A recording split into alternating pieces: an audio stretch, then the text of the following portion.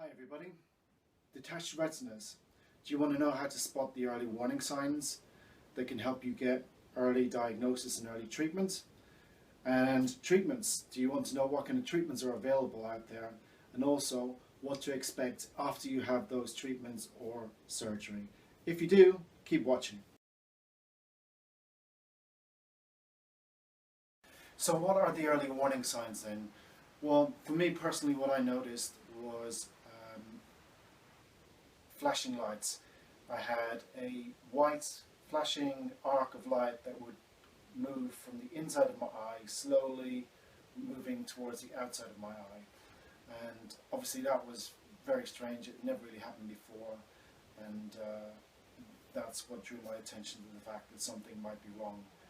They also say that there is an increase in the number of floaters, those black spots that you get in your eye.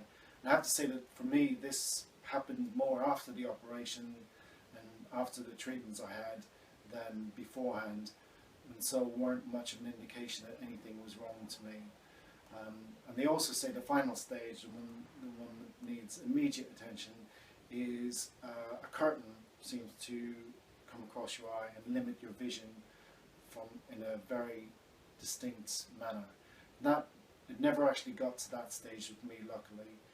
And it's at this stage, that it's very, very dangerous. With the curtain coming across the side of your vision, then you need to get yourself down to A&E as soon as possible, because this is a sight-threatening ailment, and you don't want the worst to happen.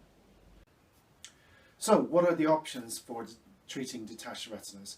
Well, obviously you can do nothing, but the likelihood of that is that you will eventually end up losing the sight in the eye, as whatever stage your detachment is at, it most probably will progress, become worse, and then affect the focal point of the eye.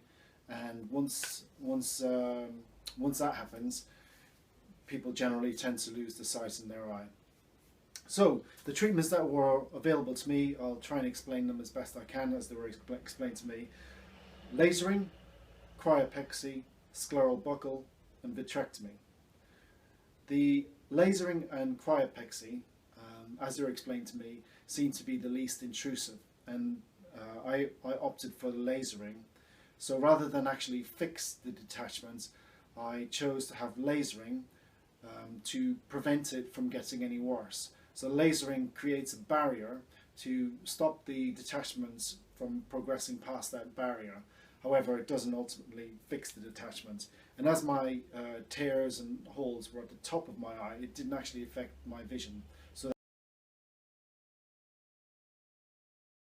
that's what I opted for. Ultimately, that didn't work. Went back for more lasering, and then cryopexy, which works a little like the same way as a little along the lines of the lasering, except it uses a freezing probe on the outside of the eyeball to damage tissue and also create a barrier to prevent the retina from coming away any further or progressing any further than it already has done. So I had both of those treatments, and the lasering isn't very intrusive, and they can be done the same day. Isn't very painful, although it did actually make me feel a little bit queasy towards the end. It seemed to go on forever. And obviously the dilating of the pupils means you can't see very, very much for the rest of that day. With regard to the cryopexy, that was under local anaesthetic, and it is a little bit uncomfortable, as you do see the local anaesthetic is injected into your eye, and that can be quite uncomfortable. And even thinking about it now makes me feel a little bit ill. But it was very quick and very painless once it was underway.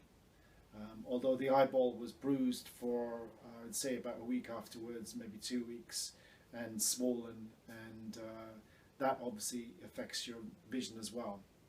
The other two methods were scleral buckle, which is a piece of silicone which is sewn in underneath the eye muscles of the eye, and it squeezes the eye into a different shape in an attempt to reattach the retina with the eyeball.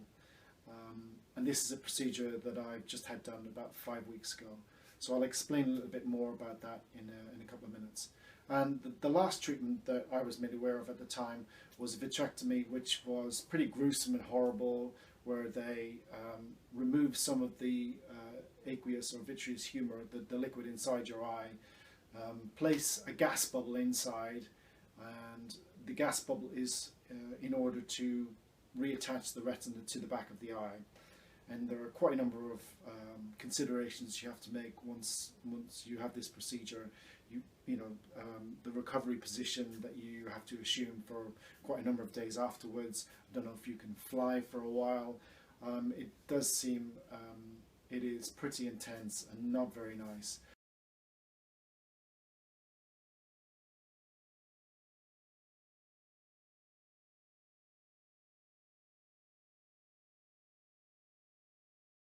After the operation, what did I expect? Well,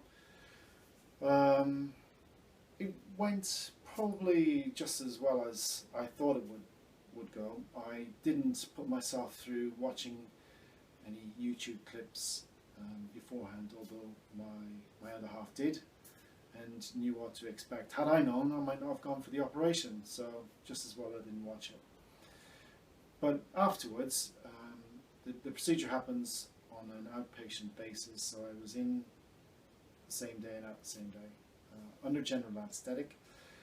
So I was out of it. When I got home, I was pretty high on all the drugs and pretty happy, and that all came to a complete stop the next day when I had to take the bandages off and begin the number of drops that I had to put into my eye.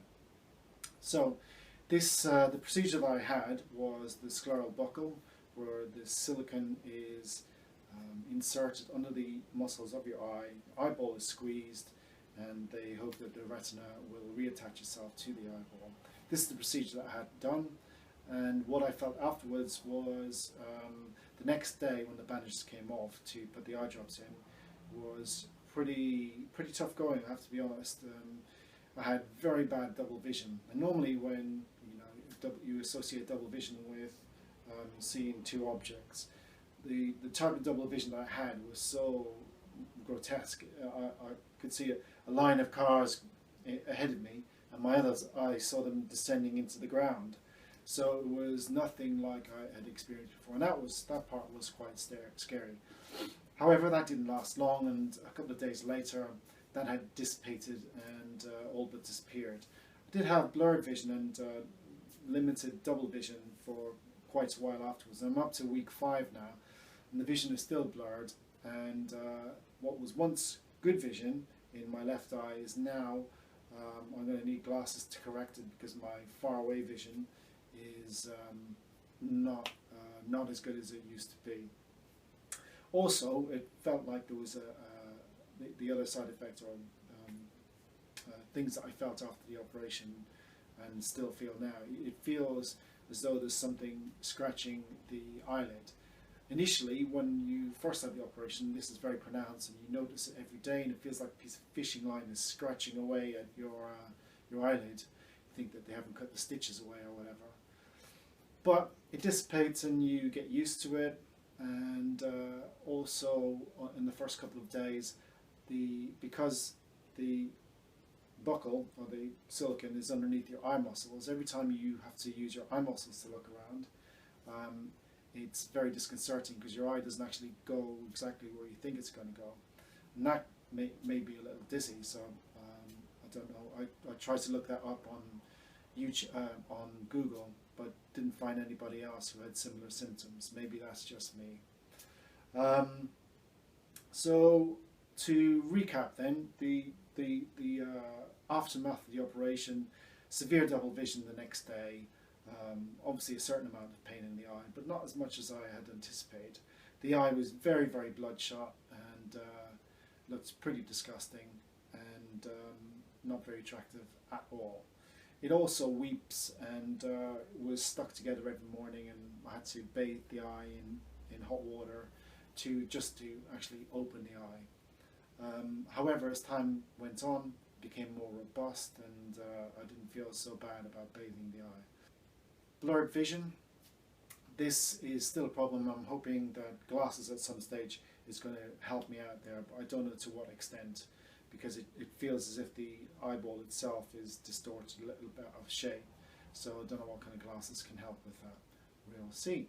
Ultimately, the flashes and the other symptoms that made me go to the hospital in the first place, they haven't gone away completely. I get flashes now. Now they're different.